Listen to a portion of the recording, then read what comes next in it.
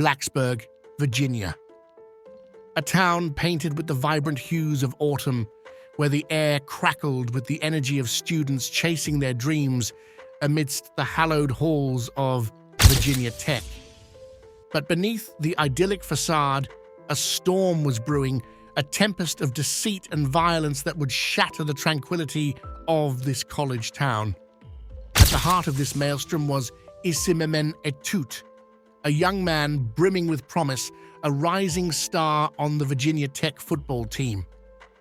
Known to his friends and family as Icy, he carried himself with an easy confidence, his future stretching before him like an open field. Yet fate had a cruel twist in store, a dark path that began with an innocent swipe right on the dating app Tinder. Icy's finger hovered over the screen, drawn to a profile that shimmered with allure. Angie Rene, the name whispered, promises of beauty and sophistication. A successful doctor at a local clinic, her profile painted a picture of a woman who had it all. Icy, caught in the whirlwind of youth and the thrill of the chase, swiped right, unaware that he was stepping onto a treacherous path. Their conversations crackled with flirtation, each message drawing them deeper into a web of intrigue. Angie, with a voice that dripped honeyed words, invited Icy to her apartment, a clandestine rendezvous shrouded in darkness. She insisted he come alone, the apartment cloaked in shadows, a request that should have set alarm bells ringing. But Icy, blinded by the allure of the forbidden, agreed. He arrived at the apartment, his phone battery drained, plunging him into a world of shadows and whispers. Angie, a figure barely visible in the dim light, led him to the bedroom where a brief, confusing encounter unfolded. Icy left the apartment that night with a gnawing unease, a sense of disquiet that he couldn't shake off. His teammates, with the boisterous camaraderie of young athletes, joked about the possibility of Angie being a man, a seed of doubt planted in Icy's mind. Weeks turned into months, and Icy tried to bury the memory of that night, but Angie, like a phantom, kept reappearing, creating new profiles, sending messages from different numbers, each time luring him back with promises of pleasure and reward. Icy, the unease growing into suspicion, began to realize he had been ensnared in a web of deception. He confided in his teammates Jalen and Deshawn, sharing his fears and suspicions.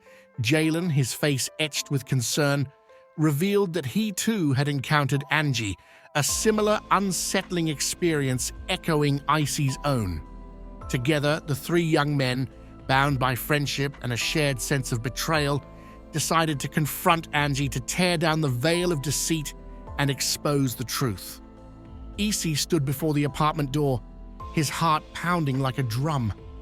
He pushed it open, his phone's flashlight cutting through the darkness like a beacon. He found Angie in the bedroom, the figure shrouded in shadows. With a trembling hand, he reached out and pulled back the hood, the truth revealed in a stark, blinding flash. Angie was not the alluring woman of the profile, but a 40-year-old man named Jerry Smith. The realization hit Icy like a thunderbolt, the weight of the deception crushing him. Enraged, betrayed, and violated, he lashed out, his fury unleashed in a torrent of violence. The apartment became a scene of chaos, the struggle escalating with terrifying speed.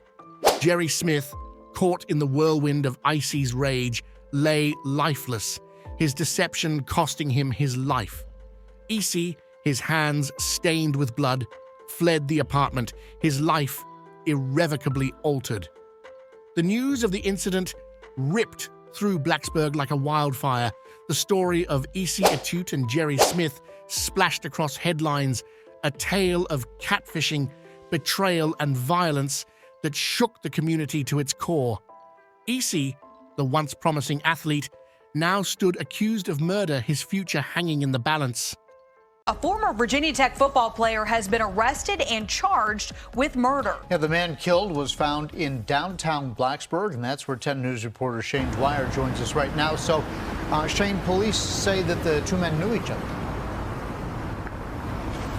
Yeah, Lindsay and John, the Blacksburg Police Department says that the two men were acquaintances. We're actually here on the corner of Roanoke Street and North Main Street right now in downtown Blacksburg. It happened right here on the block. Now, the Blacksburg police arrested this man, 18-year-old Isimemen Etute of Virginia Beach. The university confirms he was a freshman here at Virginia Tech and on the football team, but it appears that he enrolled in January, so he did not play. Now, the victim is 40-year-old Jerry Smith of Blacksburg. The address given by police here on North Main Street is a mixed-use building. The Hokie Mart is on the front. There's a coffee shop on the back and apartments on top. An employee in the Mart says it didn't happen there, so it's unclear if it was in the coffee shop out back or in the apartments above. Now, Etute is due in court tomorrow morning. It's still unclear what led up to this crime or what specifically happened. We do know that the Blacksburg Police Department has said that there is no ongoing threat to the community. The trial became a battleground of narratives, the prosecution painting Icy as a violent aggressor, while the defense argued that he acted in self-defense, fearing for his safety when Smith allegedly reached for a hidden weapon. The jury, faced with conflicting accounts and moral ambiguities, wrestled with the weight of their decision. After hours of deliberation, the verdict echoed through the courtroom, not guilty. Angie Rene, cleared of all charges, walked out of the courtroom a free man, but the shadow of that fateful night would forever linger. Just joining us, former Virginia Tech football player Isimemen Etute has been found not guilty on all charges. WFXR's Kelsey Jean-Baptiste has been following this trial from day one. She walks us through the feel of that courtroom as the verdict came down. There was an uproar in the courtroom from Isimemen Etute's family, friends, and attorneys when the not guilty verdict was read aloud. Etute himself started screaming and crying for joy. The jury took 3.5 hours to come back with their not guilty verdict, allowing Etute to be a free man. Prior to the verdict, the defense called their final witness Friday, another one of Etute's friends. Following their testimony, the defense rested, and both sides began closing arguments.